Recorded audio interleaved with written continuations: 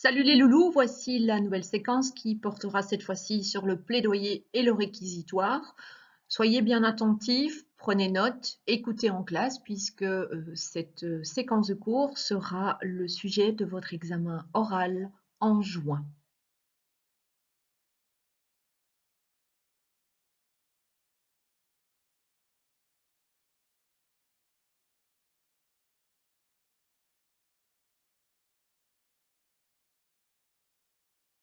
Alors, qu'est-ce que c'est un plaidoyer ou un réquisitoire? Je vais vous expliquer en quelques mots en quoi consiste le plaidoyer et le réquisitoire. Le plaidoyer, comme le réquisitoire, sont des textes argumentatifs, c'est-à-dire que vous allez devoir rédiger des arguments afin de convaincre ou de persuader un ensemble de personnes.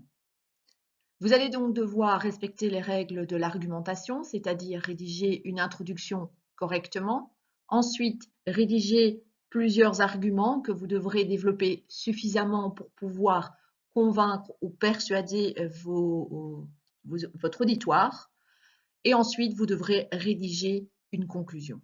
Quelle est la différence entre le plaidoyer ou le réquisitoire? La différence est simple. Le plaidoyer va aller dans le sens de défendre quelqu'un qui sera accusé. Donc le plaidoyer va avoir pour objectif de défendre une opinion, défendre quelqu'un, défendre une thèse, tandis que le réquisitoire aura pour objectif d'accuser.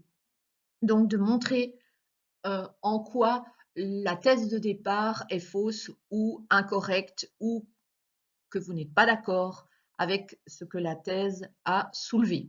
Alors, le plaidoyer et le réquisitoire sont des registres qui sont utilisés principalement au tribunal.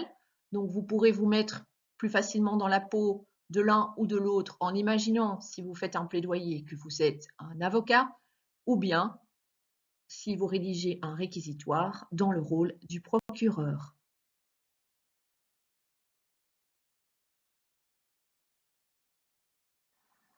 Alors, pour cette partie, l'argumentation pour rédiger un plaidoyer ou un réquisitoire, je vous renvoie à votre cours ici.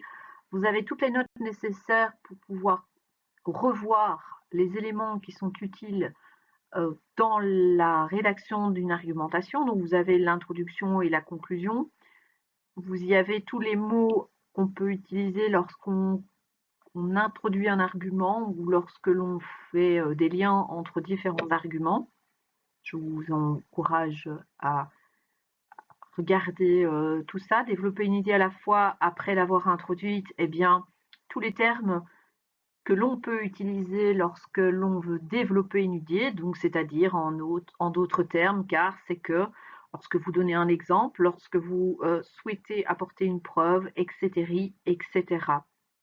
Alors, vous avez bien évidemment aussi le point C, donc argumenter en opposant des idées et des faits, bien tous les termes, toutes les locutions que vous pouvez employer lorsque vous voulez contre-argumenter ou bien aller à l'encontre d'une idée de quelqu'un d'autre, marquer une opposition.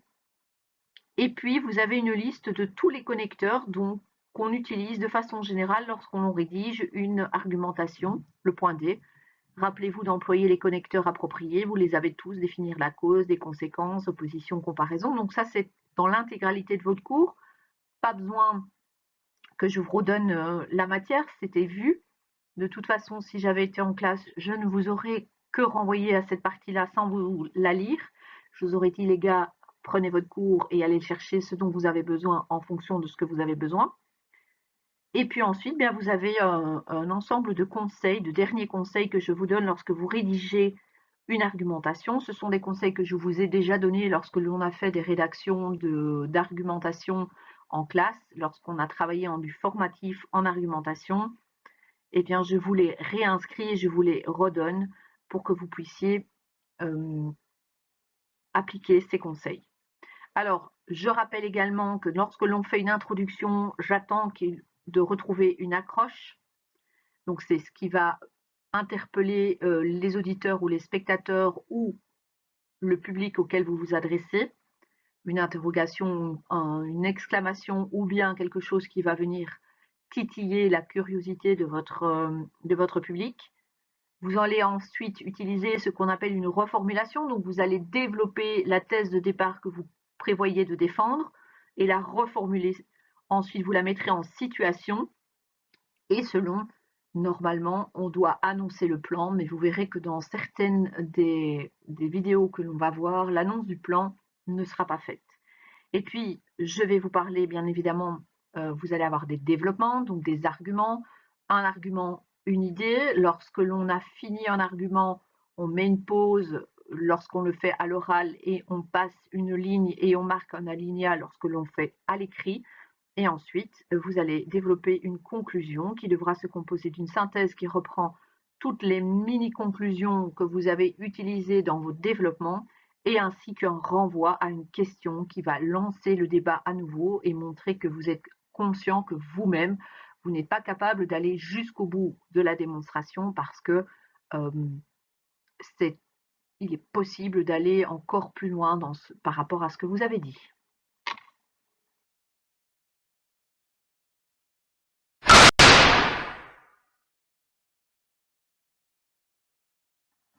Alors, première étape, lorsque l'on rédige un plaidoyer ou un réquisitoire, on doit pouvoir utiliser certains types d'arguments qui vont venir étayer, donc renforcer ce que l'on dit. Et c'est maintenant que nous allons voir donc ces types d'arguments. Le premier type d'argument que l'on va voir ensemble est ce que l'on appelle la question de rhétorique. La question de rhétorique, c'est simple, vous posez une question et vous sous-entendez la réponse qu'on va vous fournir. C'est-à-dire qu'en fait, vous allez diriger le spectateur ou la personne à qui vous vous adressez dans la direction que vous voulez qu'elle aille. C'est-à-dire que c'est une sorte de petite manipulation et donc vous allez aller, si vous voulez qu'elle aille à droite, vous allez poser une question où elle répondra oui, ok, la seule solution c'est d'aller à droite, ou vous poserez une question où la seule réponse possible et envisageable ce sera d'aller à gauche. Donc, par exemple, voulez-vous gagner au loto? Ben oui, évidemment. Quelle est la personne qui refuserait de gagner au loto? Donc la réponse est sous-entendue lorsqu'on pose la question. Voulez-vous réussir votre année scolaire? Bien évidemment. Donc la question est posée, la réponse est sous-entendue. Comptez-vous laisser un innocent payer une faute qu'il n'a pas commise? Eh bien évidemment, la réponse est non. Donc ici, dans l'image que vous voyez, on vous pose la question de rhétorique. Vos enfants, vous préférez les embrasser une fois endormis? A, oui. B, la voiture smart. Donc forcément, on sous-entend que la voiture smart va vous permettre d'éviter les embouteillages, de pouvoir vous garer comme vous le souhaitez et de pouvoir arriver à temps pour pouvoir faire un bisou à vos enfants avant qu'ils ne s'endorment et donc bien évidemment de leur faire un câlin au lieu d'arriver à pas de loup dans leur chambre alors qu'ils sont endormis.